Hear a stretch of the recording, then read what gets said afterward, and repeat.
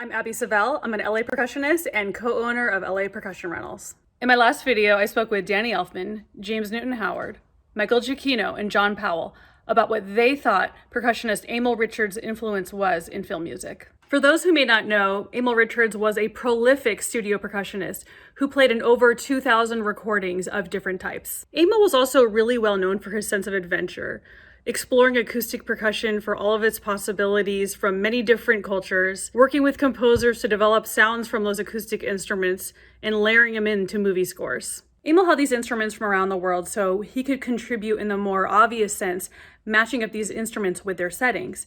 But one of the things that was pretty interesting is that he worked with composers to match the sounds of these instruments that he had developed with the mood of the film. So he explored the vast array of instruments in the percussion family, but he also explored the instruments themselves to help create a mood. How did these textures contribute to painting a picture in the score? That's what I want to dive into here today. The thing that he took from theory into practice for me was this concept of all sounds are up for grabs. Yeah. When it comes to, the creation of the art that is film music, when you become okay with using different types of implements on the instruments that maybe you weren't, traditional, you can have just so many different results. You could just say a feeling, and he knew intrinsically what to do with that. He wasn't a guy that would just play the notes you put down. He just consistently added so much to whatever was there. And if you wanted to try it a different way, he'd do it a different way. He'd try anything you wanted to try. But the truth is, most of the time, the first thing he did out of the gate, you were like, yeah, there it is. That's perfect. That's great.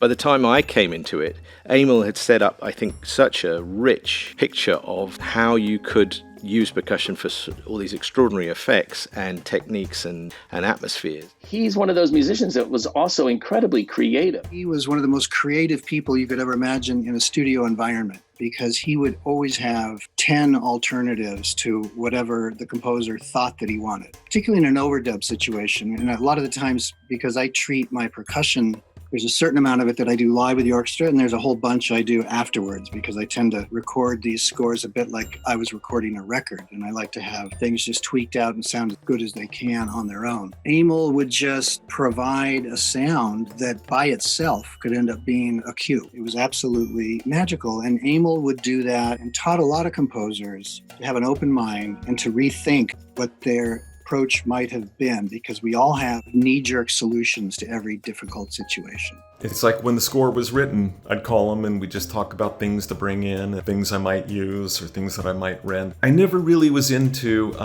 finding sounds before while I'm writing.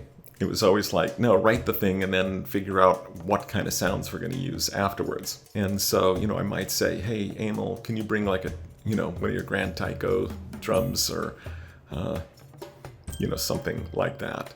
This experimentation with playing and the creativity that you can bring film music, as well as the actual instruments and the experimental nature of the instruments, so that you can play around on them in totally different ways and get very different effects. When you were writing for percussion, he helped you interpret these sounds more as textures and less as novelty. Definitely, and you never want something that is going to feel untruthful or feel like you're aiming for kitsch rather than the real thing. And everything he played felt truthful. Everything he played felt right.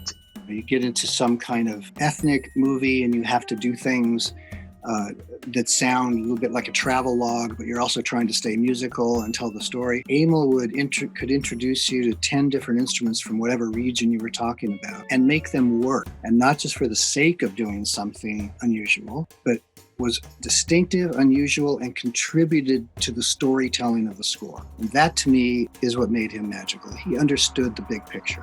When I started doing Lost, I knew I wanted interesting and strange sounds. There was this push to kind of make it traditional and use more the things you would expect to hear when you're, something that revolves around the jungle. So I remember one of the things I did was I wanted to try out them enclave. I hadn't used them before, and traditionally those things are wooden.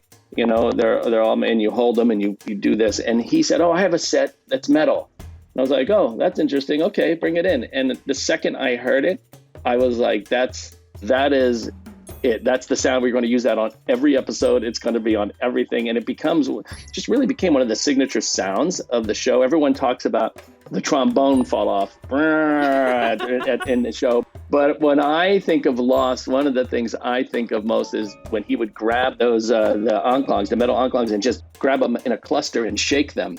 And it created this really unnerving sound, which I then went to use on many other things too, but really it belongs to Lost in my mind. So you can play it melodically, and we rarely did. We always used them more as an effect. One of the things I like about percussion is very sensual. You're touching these instruments and getting different things out of them, and just where you touch them is very important. The wrong place, it just doesn't work. The right place, it rings true. It's a performance between the studio and the player. I mean, everything has to be right to really find the right sound. It's resonance, it's pitch, it's timbre, it's texture. The idea of manipulating sound is interesting, but you have to start with an interesting sound. So finding this cache of these incredibly creative instruments, it's probably way more important to music than anyone would have realized, and maybe even Emil himself. His impact on film music, immeasurable, and anyone who worked with him was lucky to have that experience, because he did nothing but make whatever they did better.